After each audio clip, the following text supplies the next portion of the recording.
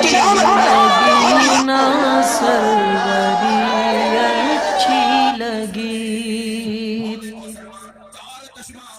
खुसरवी अच्छी लगी ना। करमपुर जे गोठ हाजी मोहम्मद आरिफ खान जाफरी में अब्दुल्ला खान जाफरी ऐं जमायत तरफ़ां ईद मिलादुन नबी सल्लल्लाहु अलैहि वसल्लम जे शान में जलसो मुनक़िद कयो वियो।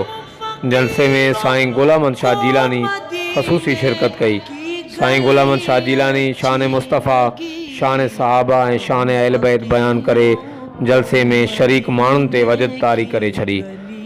ॿिए तरफ़ मौलाना सदरुद्दीन हुसैनी, मौलवी ख़ैर मोहम्मद जाफ़री ऐं ॿियनि जलसे खे ख़िताब कयो, जॾहिं त मोहम्मद याकूब ओढाणो ऐं जान मोहम्मद ओढाणे समेत ॿियनि नात मक़बूल सल्लल्लाहु अलैहि वसल्लम पेश कयूं। मीलाद जलसे में शरीक जमातनि ऐं इलाइक़े वासियुनि खे दुआए ख़ैर खां पोइ लंगर खारायो वियो। कैमरामैन टीम सां गॾु Javed Usman Birani, JTN web news Karampur.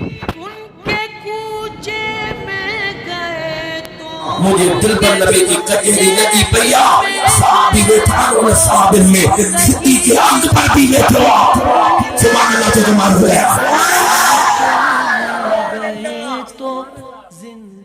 मुझे दिल